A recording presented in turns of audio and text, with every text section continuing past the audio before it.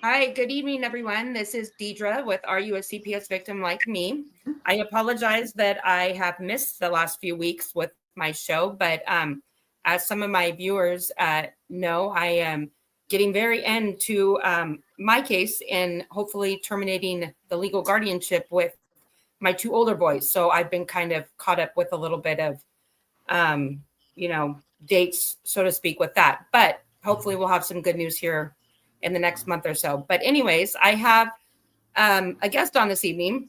Well, first off, let me say this. I do this show every Wednesdays at 5 p.m. Pacific, but like I said, we had a little bit of a scheduling hiccup, so to speak, with my guest this evening. So we moved it to today because I didn't want to not have an opportunity to have him come on. So that's why my show is today and not yesterday. But in the future, if anybody ever wants to come on the show and be a guest, it's every Wednesday at 5 p.m. Pacific. And you can always call the number on the bottom right-hand corner of the screen, the 888 number. And my producer, Grace, can get you scheduled for one of my upcoming shows.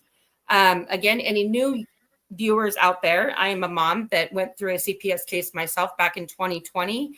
And I am fighting to get my two older boys home with a legal guardianship of my mother. But unfortunately, my youngest, that was not born at the time of the case, um, was adopted by the foster parents. So that's part of the reason why I continue to do these shows, is to help advocate for the corruption of CPS and to hopefully maybe one day in the future save a family from going through the horrific nightmare that I went through, as well as most parents do, and the fact that kids don't usually get reunified and they do get adopted out. So again, I don't want to take too much time away from our guest, and we will be doing a short show this evening because again, he is very busy. So I would like to introduce him, and he is from Minnesota. But real quick, a little tidbit about how I met him is, I've been very successful on going on TikTok and finding my guests, and that's just happened to be where I also ran into this attorney, and he basically is very much in knowing of Mr. Davis, and I'll let him speak about that. But it was kind of funny when I asked him, hey, do you know Mr. Vincent W. Davis? And he's like, as a matter of fact, I do. Who are you? And so we just kind of talked a little bit, but it was weird how our paths crossed. And I said, you should come on my show and speak about what you have endured through this whole corruption. And he was very happy to do so. So, Sly, if you'd like, I'll go ahead and turn it over to you. And he will be coming on camera in a few minutes or so, but we'll take him for what we got him right now. So go ahead, Sly, introduce yourself. Thank you for coming.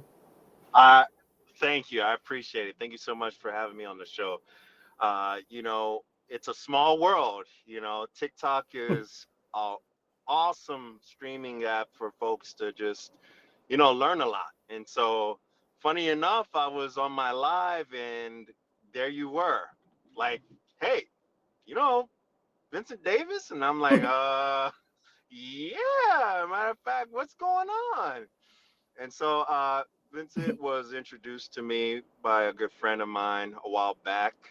I had the opportunity of joining the show once. It was probably about a year ago. And it's been great, being in the line of CPS work. I think a lot is unknown when you're in that situation. But a little bit about my background for the folks who are not aware of who I am. I've been a licensed attorney for the last 5 years. I've been dealing with all types of cases when it comes to family law. CPS is one of the most challenging areas of family law because it's kind of like a mixed breed. It's between criminal law and family law. You have your constitutional rights as far as being a parent and being able to raise your child. So, a lot of these folks who are in the below the income level, poverty level, um, they qualify for a public, what would be similar to a public defender if it was a criminal case, but a public appointed attorney, uh, because they understand that, hey, look, your kids being taken away is a big deal. And a lot of issues come from people figuring out what that looks like. There's so much unknown. And unfortunately, what it boils down to is making a very good case for yourself, Getting reunification is easier said than done.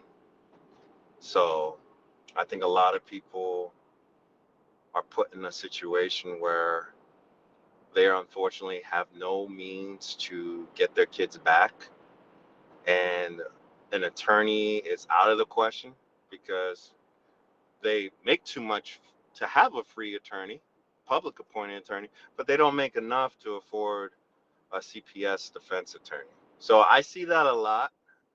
But at the end of the day, you can only do so much with what you have. So yeah, I've learned a lot from Vincent Davis. I've took some of the stuff that he practices and I've applied that to my own practice. And really, honestly, I look at all of these cases so differently now, thanks to Mr. Davis. Can I interrupt you and ask you a question about like what were your feelings per se if you have never been like a public defender as far as like representing a case through the state? Like, how do you feel that those attorneys, quote unquote, actually work for their client? I mean, we all know they work for the state per se, but do you see kind of like what Mr. Davis kind of likes to shed light on, in the fact that, I mean, they're kind of known in a nickname as public pretenders because we really know that they work for the state and they don't really do much for you? How do you feel about that as far as, if most families get those attorneys, do you really think that they have the success option and even to be able to win at all? Yeah, I don't. I think it's very low. I think the problem too with those public pretenders is they're very close to the county attorneys who are pretty much pursuing the CPS case against the parent. And they're very passive. There's no motive for them to look at your case any different. They're very jaded. Yes, they're more familiar with some of those judges, but sometimes that could go against your interest because they're also friends with the judge, or I don't want to Well, say yeah, they friends all with the drink judge. from the same cup, if you know what I mean. Yeah, exactly. So they're very highly acquainted with each other, and they don't have that edge of let me go after what's right for the client. So you're pretty much stuck in a hard place, and you have to realize, look, this is a very niche area of law. Okay, so I get a lot of people who are pretenders, even in the private practice, that they slap on CPS defense, but a lot of family law practitioners are not familiar with CPS, and a lot of them Exactly. don't even they don't feel comfortable going against the government, the county. They see that as a big, you know, a big task and a big quest to achieve. So I tell people when they do what I notice is they hire an attorney who's not familiar with CPS realm of things, but he or she is just practicing family law. And then they come to me And it's like two and they different see worlds, day and Mr. night. Davis said, right? Exactly. It's not the same. It's not the same thing. It is completely Because all different. the It's procedures and statutes are different, right? In CPS. mm-hmm. Yeah, it's almost criminal law. Like I said, it's like it's like family law and Mm-hmm. criminal law had a baby together, you know? Mm-hmm. Yeah, literally. Um, I had another question for you. So, as far as how am I trying to say it? I mean, like I was going with the fact of saying like these public pretenders work for the state. They're all kind of like drinking from the same cup. Don't you also feel like, as far as the therapist that they sign you up with, or like the doctors that they might have you go to, or anything as far as your case plan is considered, it's all people that are working through the state? Like, for instance, if you wanted to go to your own therapist, no, it has to be one of theirs that they contract with. Don't you almost feel like if you don't have the funds to hire a private attorney, that it's almost like you see these cases day by day just almost being set up for failure from the beginning? Because again, I feel like their narrative is already written when they take your kids. And I I guess my point is Mr. Davis, we all know, has been doing this for over 30 years. And I feel like he's one of the few attorneys out there in CPS that actually care to get your children returned back home. Where on the flip side of that, I have someone that is, I don't know if you watched our show from a couple weeks ago or I've heard of him, but Dave Weigel, he's a Wall Street fiduciary father that went through a family law case. And now he's created this more or less group or whatever project, I guess it's called, like the Family Fraud Warrior Project. And he's now coming at it from like the fiduciary standpoint, also being somebody that went through the system and saw all the corruption. But his perfect saying was, I couldn't take my ball and go home after he got his kids back because he saw all the corruption that is entailed. So what I'm trying to say is his idea, though, on attorneys, as far as Davis or maybe yourself, he's still kind of on the fence, I feel like, if he wants to believe that you two are really in it to get the children back home. You know what I'm saying? So it's more or less, how would you kind of promote yourself or kind of convince somebody that, no, in hiring you, you really want to get these kids home and you're not just one of, I guess, the other corrupted attorneys out there, if that makes sense.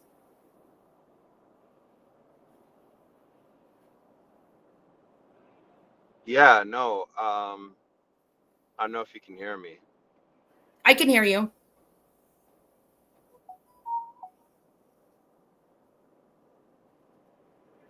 Can you hear me? I don't know if you can hear me. I can hear you. Yeah, I can. Yeah, no. Okay, awesome. So no, it's just it's a lot. It's a lot, and I don't think, Vince is rare. He's rare. He's rare air in our line of work because, again, you have to have a certain passion about this to do the job the right way. This isn't a custody battle between mom and dad. This is, hey, the state feels like they have a good case, and that good case is mom is evil, dad is evil. And to withstand that and protect your client's rights, that takes a lot of effort, okay? And it puts everything back in the burden of the state. But I noticed one thing with these cases are consistently being attacked. Parents not doing enough. Parent needs to do this. Parent's a bad person. Parent hasn't done XYZ. And some of these case plans are unrealistic.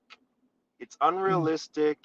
It doesn't show anything other than, hey, you need to jump through hoops in order to prove that you are worthy of having your kids. And why were the kids removed to begin with? Oh, typically false allegation. Typically it's usually, in my experience, it's usually someone that you're comfortable with. It's usually like a neighbor, a family member that you wouldn't even expect. Obviously, schools, they're mandated reporters if they feel like there's any sign of abuse, even if there's no clear indication of it. So there's so much fuzzy allegations in the air, I also feel like the true kids that are abused or neglected, sadly, don't ever really get the help because, again, at the end of the day, they really don't want those kids because they're kind of considered damaged goods, as sad as that sounds, but they know that they would be harder to have to deal with as far as finding placement for them. So in reality, they kind of want the children that really aren't being abused or neglected because it's easier to, like, I hate to say it, but traffic them out or sell them out and get the highest bid for them in a way. And that's another whole part of why I feel like CPS just needs to kind of be abolished in a way, because the point of what they are supposed to be doing in protecting children, they're almost in fact doing the opposite as far as, kidnapping these kids and basically turning around and selling them. But real quick, I know you're on a time constraint tonight and I don't want to keep you too much longer than you need to be here. But for all of our guests watching, in the future, Sly has kind of made a comment with me and Attorney Davis that, in the future, he would like to possibly come on more often than not and maybe be a co-host so that anybody watching, in the future, like, can maybe look forward to him coming on. And if you have questions or, want to kind of use him as almost like what Mr. Davis used to come on the shows periodically for, that I know he's gotten a little too busy to be doing right now. But, for anybody out there that wants to look forward to maybe using an attorney at your benefit, because I know that's, again, why Davis has, gotten such a big liking, because of all the knowledge and wealth that he basically puts out there for free. You know what I mean? And if it wasn't for him, I probably wouldn't even have a chance to get my 2 older boys home from this guardianship, let alone know everything that I know about, if that makes sense. But I was going to say something too when the thing about what you said, it takes a certain person to be a CPS attorney. Can you maybe speak a little bit about what got you into wanting to do this? Yes. Obviously, I'm on a time constraint, and I'd love to go in depth with it. But one thing Just that maybe I give us a little snippet, and then if you got to go, I understand. Yeah, no worries. Okay. One thing that got me into this was, I think for the most part, people, how do I put it like this?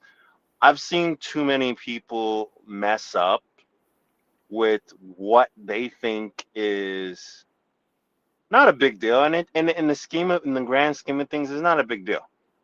But because you only know so much from how you're raised, right? There's things that my parents did that, be honest with you, CPS should have been called when you look at it legally, right? But the reality is, I turned out just fine with my parents' care, right? I know. They're far from Yeah, when you say perfect. Yeah, there's but no when I manual see that comes that, with your child when it's born. You know what I mean? exactly. So to summarize that, uh, I think 9 out of 10 parents should have their kids, and CPS shouldn't be involved. So my motivation is, hey, the government is a conspiracy with stuff like this, just like there's a prison pipeline and there's not enough spoken about it like Yeah. prison reform is. So why don't I just do the little I can do to motivate people to bring self-awareness? That's why I'm active on TikTok. That's why now I have Yes. over 10,000 followers on TikTok, and it's just going to keep growing because I spread knowledge and awareness. And that's where, So unfortunately, a lot of us parents are in social media, because we don't know who else to turn to when you can't find a legal representation, so to speak. As far as people are helpless, is what I'm trying to say. If they do find someone like Davis or yourself, like you said, they probably can't financially afford them, but still, you guys are willing to both put out the knowledge in these types of formats to where you're still trying to help regardless. I know it's expensive to fight CPS because you're fighting a lot of different people within one, but I guess so. You always wanted to be an attorney, but then you wanted to be CPS because you saw like what was going on, or like, Yeah, so for me, it's probably the last question I'll be able to take for now. Okay. yeah, go Um, ahead. yeah, but I Yeah. am loving the crap out of this life. I just wish I wasn't. This was like the one of the craziest nights ever. But no, I always wanted to be attorney when I was probably going back to like my freshman year of high school. You know, Oh, okay. my parents went through a really nasty divorce. And Oh, so see. when I was in court, they bring me into court. I was in, again, high school. So I was a teenager, but my parents would bring me in court. And my dad would be like, are you learning anything here? Are you paying attention? At the time I thought it was a trick question, but then he started like grilling me, like, did you see what happened in court? Did you see what happened in court? Um, and I started putting two and two together, and I saw how the system's kind of rigged, and that was the custody case, right, between mom and dad. But I saw how sometimes one parent gets the short end of the stick, and Yeah. so even while I was in law school, people looked at me crazy when I said I wanted to do family law. Yeah. I still wasn't too purview about CPS. That was like later on when I started doing family law cases, and I saw, whoa, there are CPS cases that are mixed in here. Yeah. But yeah, It's I sad always, how both of them are so corrupted equally, in the fact that it all just though tiles down to the core self of a family. I feel like the way that we're going right now with how everything is treated in these courts, we're not going to have a family in the next few years. I feel like, they're just destroying families every day that they're doing with the things that they do. If it isn't in family law with the parental alienation, it's in the CPS, law with how they're ripping these children away from, last thing I'll say, and then I'll let you go. Mr. Davis put it the best way one time, in the fact that imagine you as an adult being ripped away from your home and being placed into a stranger's home, strangers all around. You don't know how they live, how they work, how you're going to get fed or anything. But then now take that into like a 2-year-old or even like a 5-year-old. Oh my gosh, not only are you going to be traumatized as an adult, but then as a child and not know when you're going to see your parents again and not know if you'll ever see them again. Talk about being abused or neglected. That right there, I think the studies have shown that if you leave a child in like an abusive type of setting, but with their biological parents, they still come out way better as far as PTSD goes and all that than they do when you put them into these foster type of settings and whatnot. But I'm sure we could speak about this for days on end with all the corruption. So again, I just wanted to thank you for coming on tonight. Oh, there's your face. Everyone can see you. And then, going forward, I do these every Wednesday at 5 p.m. Pacific, and then you would be 2 hours ahead. So 7 p.m. Central.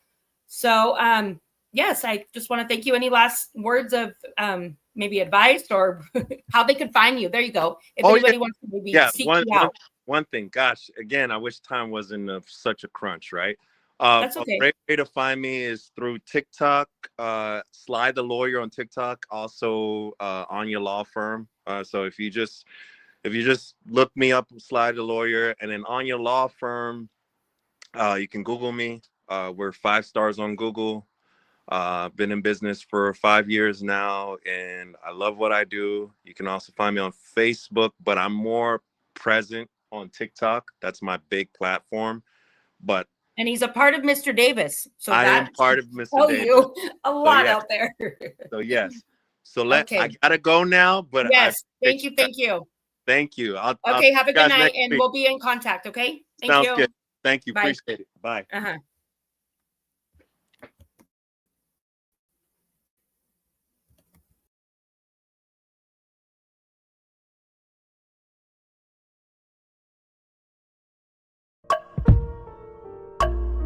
A vivid picture is encrypted in your mind as the critics get in line like they're witnessing a crime. But then you notice there's a shiver in your spine from the feelings of discontentment and bitterness combined. Heartbroken when you listen to the judges, another kid's innocence corrupted. And if you go against then it's destructive. Consider this predicament the toughest, but we believe in a system fit for justice. Child Protective Services only pretends to save it. The one solution for this is worthy of instant praises. 30 years of experience with relentless cases. Allow me to introduce them. This is Vincent Davis, defending you when they don't think a mother fits the role. Is it juvenile dependency or government control? Observe the pain in their eyes. It's time for us to realize we are the last one.